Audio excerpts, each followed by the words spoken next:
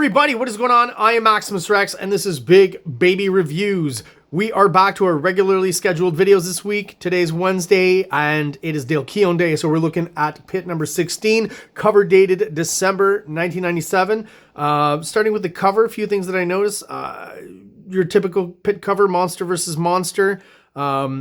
Much more of a pulled back shot, which is kind of uncommon for Pitt. A lot of times you're getting a lot of big faces and close-up shots and stuff, but this one actually entails a lot more detail generally. Still works really well. I kind of like this fadey kind of effect they got here. Works kind of well and helps make the title pop out a bit. Still annoys me, though, that the title does get cut off a little bit at the top here. And they haven't yet formatted that properly. I just don't care enough and just are going with it, I guess, is kind of their thing. Oh man, it's going right out. It's like the fullest of bleeds, maybe is what the thinking of that is. And of course it is called Full Bleed Studio. So maybe, but all of a sudden this kind of like this American flag in the title here and in the Full Bleed logo is kind of an odd choice up to this point.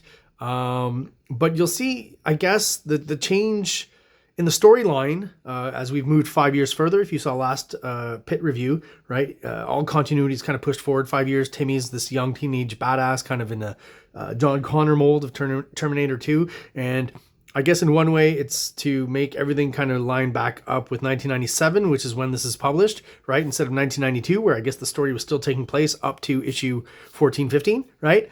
And that's where we're at. I'll read the little blurb on the inside cover to you know, bring you up to speed, and then we'll go through the issue. Do want to mention too, first time I kind of see this, contains scenes of horror violence, which I find interesting. I mean, it's your own comic. You can do whatever you want there.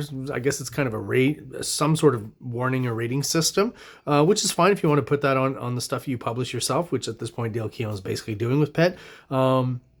Just an odd choice, maybe. But I think, again, all of these weird little new elements are you know, I'll mention it now. I feel like Dale Keown's, or in this case, the writer, I'll show you the credits, Richard Pace. He does the breakdowns for page 1 to 7. He does the plot and the script, and pencils, inks, and a bit of plot, I guess, by Dale Keown in that order, I have to assume. Colors, Dean White, Richard Eisenove, and lettering, Christian Zanier. Draxhall Jump Studios, not quite sure. I guess they helped him out there. Again, film output, if anyone knows what exactly that means in the process of publishing and making comic books, please let me know, because I have no idea. But yeah, going back to kind of the vibe of the story now, there's kind of this weird shift, really starting in this issue. Last issue kind of set this up, and now we're in this world all of a sudden of Bill Clinton's in the comic, and there's, you know, military guys and political intrigue to a certain extent, I guess, with this issue here. And it's just all very odd from what we got in the first 15 issues. You know, this idea to reboot everything to a certain extent 5 years into the future and bring it into 1997 is the only reason to do that, to bring in like current events into the story. There's other examples of that as we go through the comic that I'll point out. Just to start again with the recap. While trapped in shimmer space, so kind of limbo basically, Pitt was confronted by the energy being named Jereb, who was traveling backwards from the end of time. Pitt was shown horrible glimpses into his future and warned of the fatal consequences of trying to avoid his dark destiny. After Pitt's 5-year stay in shimmer space, so he was stuck there for 5 years basically, and that's how we got the shift 5 years forward in continuity, he has finally been returned to Earth in the present, 1997. Meanwhile, Timmy Bracken has become a menace, a rebellious teen with psychic powers. Yeah, so that's where we're at. And, you know, the end of issue 15, you know, where we saw kind of this whole setup was interesting. But then all of a sudden, yeah, Bill Clinton is there. And I just find it's such a weird shift for Pitt. Of all places to bring that into a comic, you bring it into the Pitt universe where it's mostly just big monsters fighting each other. Just kind of an odd choice. And so Clinton says, "You're here to kill me?" And he says, "Yes." And again, these first 7 pages laid out by Richard Pace. I mean, Dale Keown, I guess, drew on top of that. But yeah, it doesn't seem overall like, you know, most of Dale Keown's layouts. This works to a certain extent, but even this, I've never seen him draw a character kind of in this kind of, you know, anatomical position, whatever, you know, I don't know. It just doesn't seem like the kind of work that usually Dale Keown does. So it's a little bit different for those first 7 pages. And again, the story shifts in a weird way. So, I'm going to assume this is actually Pitt with all the skin burnt off, and this is kind of a glimpse into the future, and then we're going back in time, but it's not explicitly stated. So, you know, I could be wrong on that. But certainly, this is certainly Pitt, because later on in the issue, we'll see another guy who looks a lot like Pitt, but I'm pretty sure is not Pitt. It's probably Zoivod, channeling Pitt or being part Pitt or something. I could be wrong on that too. I might find out later that's not the case, but it's what it seems like up to now. So, yeah, so this all of a sudden, this political aspect to Pitt, just very odd. Here's another example. So she says, the media kind of Dark Knight Returns, Tom McFarlane thing. More trouble for President Clinton today as yet another former White House aide claims he made a sexual advance towards her. Paula Jones's attorney was quick to take this as further evidence. So actually interjecting, I'm not sure about the names 100%, but actual real world events from 1997 into this comic. And yeah, so this guy, he's like Hyper Pitt or Hulk 2099, basically. That's what I think this kind of extreme version of Pitt always looked like. Like Pitt's got a nose all of a sudden. But I'm pretty sure it's the Zoivod Pitt variant that we saw in earlier issues. So then you got this weird sequence where they're talking about, the Pitt, or they don't know it's called Pitt. They know it's of extraterrestrial origin. They remember having encountered it before, so they're mixing up this guy and Pitt, which seems reasonable. They're pretty similar to a certain extent, right? There was something here, or maybe on the next page. Anyways, just weird kind of military setup here that, again, is just a completely new aspect to Pitt that wasn't there before, and them getting involved in American politics and stuff. This lady who pops up again, American politics of the late 90s. The owner of a small toy store was shot and killed today by a customer claiming the proprietor had a hidden cache of Beanie Babies and had refused to sell her any of the popular stuffed animals. Pretty sure these, if I remember correctly from my teen years, these are like ripped from the headlines. Another one here. A Kent, Washington elementary school teacher who had a baby by one of her grade 6 students pleaded guilty to rape of a child. She said she still has feelings for the 14-year-old boy and wants to raise the girl he fathered. Yeah, it's just, again, a weird tone to bring into Pitt. Now, when we get to Timmy, we've got just, hot, naked, bloody ladies, waiting for him at whatever halfway house or, I think you call it a halfway house, right? For like wayward teens or whatever. So he comes back, and again, just finds this bloody naked lady here. Obviously he's going to enjoy that. He's got the John Connors haircut, even though it's 5 years later. It's a little longer. Maybe he looks more like Leonardo DiCaprio all of a sudden, smoking a cigarette, because that's badass. Art wise, I've got nothing to say. This looks like pretty typical, awesome Dale Keown art. Great down shot here, storytelling clear, consistent, for all the shit that Image got for just being pinups all the time. We got 3 panels on this page, 1, 2, 3, 4. We got 5 here. I mean, it's decent. It's not Marvel level panels, but even like this page design is very interesting to me, and yet still storytelling wise, you've got 1, 2, 3, 4, 5 panels on this page. 1, 2, 3, 4 on that one. I guess the average is just somewhere around 4 or 5, which is, again, pretty decent for an Image comic. Let's read all these ladies' blurbs because they're interesting. Little shot into the past. Kennedy has decided not to seek re-election, citing his ex-wife's biography, not his relationship with his children's 16-year-old babysitter, as the reason it would be difficult to win another term in office. So I don't know if it's Richard Pace or Dale Keown himself who's interjecting these things, but there's also kind of a, you can almost feel like obviously they are disapproving of these events that were this media figure is reading out to us, but it's like they're using Pitt all of a sudden as some sort of political platform. And again, it's your own comic. You do what you want. Everyone has some sort of political bent, I guess, to some extent, and you're allowed your own opinions and stuff.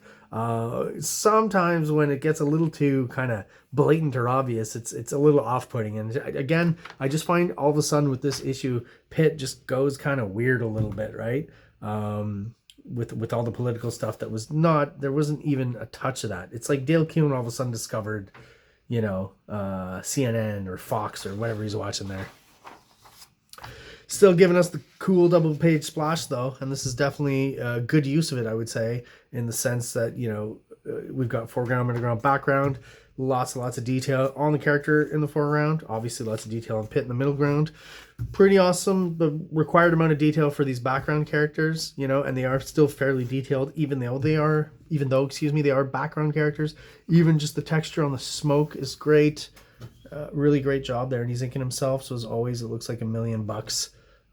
poster worthy, obviously, and I guess that's why he decided, you know, it's almost like kind of cool where you're reading the comic and it's part of the story, part of the storytelling, but also an actual pinup in the middle of the story, which is fun. Kind of makes you stop like I am here and stare at it and, you know, babble about it.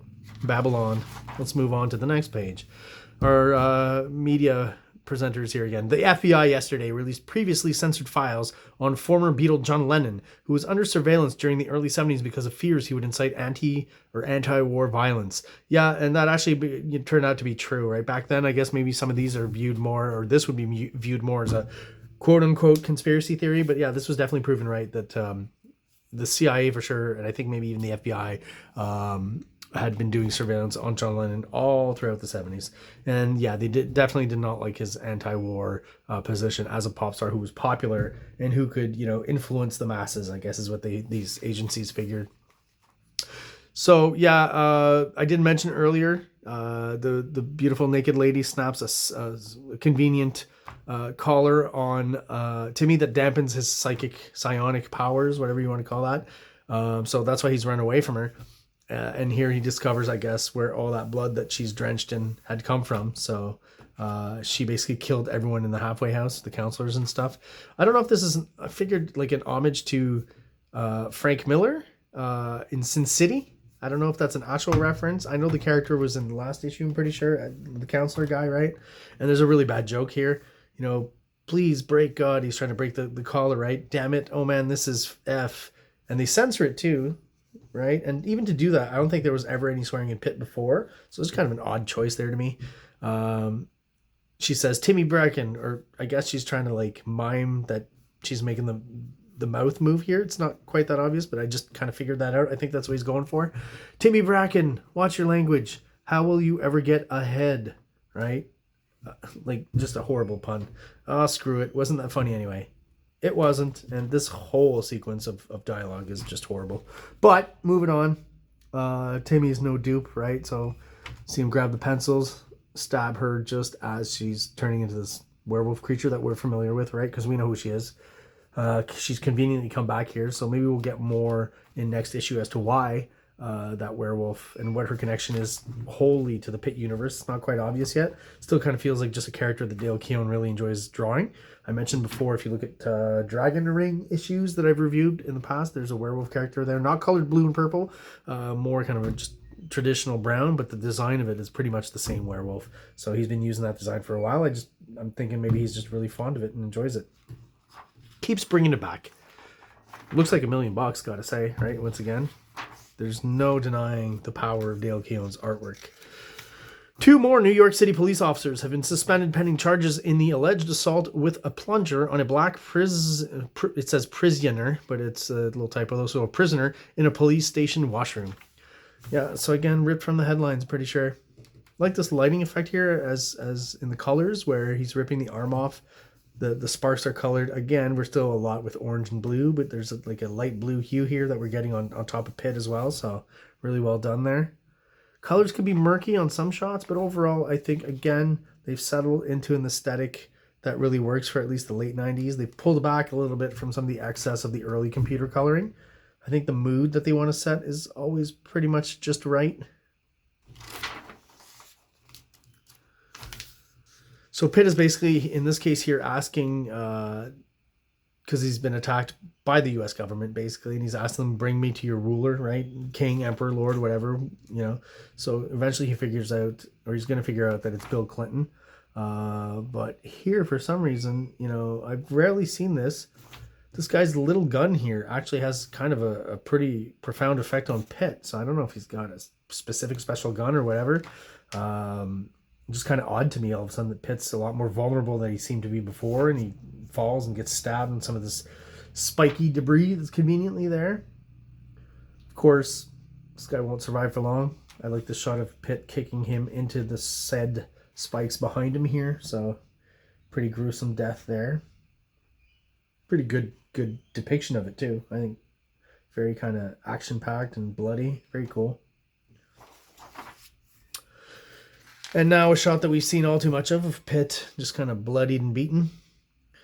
Another pinup shot. And lots and lots of Dale Keown hatching. Looks great, as always, like $1,000,000. So finally, he's, conveniently told that he's got that side connection that right now he's mentioned before. He can't find Timmy. For some reason, he can connect to Bill Clinton, find out where he is. Pretty obvious answer. He's in the White House. And then it's like, the storytelling's a bit off, but it seems to be that Bill Clinton is scared here. And he says something's coming to kill me. So it's as if he's kind of felt it. And I'm assuming next issue we're going to move to the time where we started this issue here with Pitt kind of beaten up, face half missing and about to kill President Bill Clinton. Just going to mention again, the artwork is stellar, but just this weird, all of a sudden, shift in the storyline with Bill Clinton, the American government, the military and stuff. Just a very, very unexpected for sure. If that's what he was going for, it's 100% unexpected. Not quite sure if it fully works. It always feels maybe like, when at this point, maybe Dale Keown's run out of ideas and he's letting other people kind of help him a little bit on the ongoing storyline. And maybe this political aspect is more of a Richard Pace thing. Not quite sure what happens here, but the tone has definitely changed drastically. And I do know just from, I've seen the issues ahead in the last few, there's almost more of like a Marvel Comics vibe, and you get a lot of analogs to Marvel comic characters in the Dale Keown versions of it. So, I don't know if that's going to be another weird, it sure seems like it's going to be another weird shift of tone and just in a couple of other issues. I mean, we've got how many issues left? This is 16, so 17, 18, 19. We got 4 more issues left. So anyways, that'll be for future reviews to look at and figure out.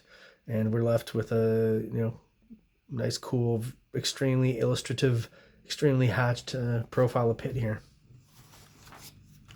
We got the regular batch of kind of not great Pitt fan art, although I kind of enjoyed this one. I feel like the printing of it is a little blurry. I don't think the art was blurry itself. It just, everything else is pretty, well, this one, so like this one's blurry, this one's blurry. I don't know if these are people sending in scans at this point in 97. Was that possible? Probably, just took a long time.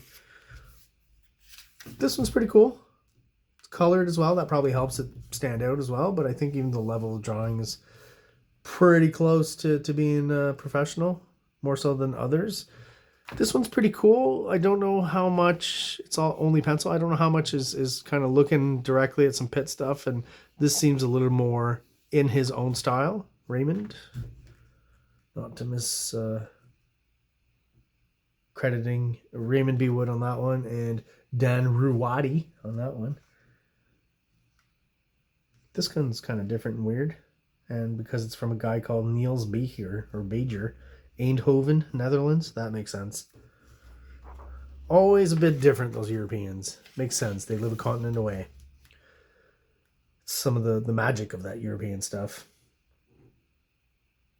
The fact that it's different, which I like. Cool shot, but I'm pretty sure it's kind of ripped off of Dale Keown. This is definitely probably from a younger guy or something. I'm not quite sure. Ripped off from one of the Pitt covers. This, if this had been printed out better, could have been a pretty cool image. A special note. Oh, I'm not going to read this. I originally thought that it would refer to what had happened to Grandpa, because we don't know. There's actually a casual mention in this. I didn't stop at it, but I'll mention it now, where it's mentioned that Grandpa, we don't know his whereabouts, and they just move on. So Grandpa maybe disappears for the rest of the Pitt series. I don't know for sure. We'll find out in the future. It's a mystery that is going to be solved within a few reviews. Some okay art here from what I guess are some of Dale Keown's friends. Yeah, so is this... Oh, wow. Am I wrong? I'm probably wrong. Let me double check something here. Yeah, I'm wrong. But that is a cool piece out of the 3. That's definitely my favorite. Very cool. This is nice. I think there was a bit of back matter in one of the past issues, maybe this one specifically, probably. But it was printed kind of at a smaller size. Now to see it at this bigger size is pretty cool. These are like Dale Keown's original pencils. And to see how tight he draws and how close it is to the inks, just amazing. Very cool. I mean, those pencils, and I know Dale Keown, I've mentioned it before, at a certain point, just kind of goes from inking to playing with the levels with his pencils and just darkening the line, and pretty much not inking comics anymore, for a while at least. I think he's gone back to inking at this point. Today, right? And there we got a preview of PITT number 17, next issue, and that will be a review next week. But today, that is the end of our review of PITT issue 16. If you are still subscribed and you are still watching, guys, thank you so much. I really appreciate you still being there. Feel free to comment, ask any questions that you'd like. If you have any answers to my questions, let me know in the comments. As well as those people out there who are not subscribed yet, but who may be watching, please subscribe. It helps the channel grow, helps get us out there to other people who are into comics just like we are. So everyone out there, again, thanks for watching and have an awesome day. Like, subscribe, like, subscribe.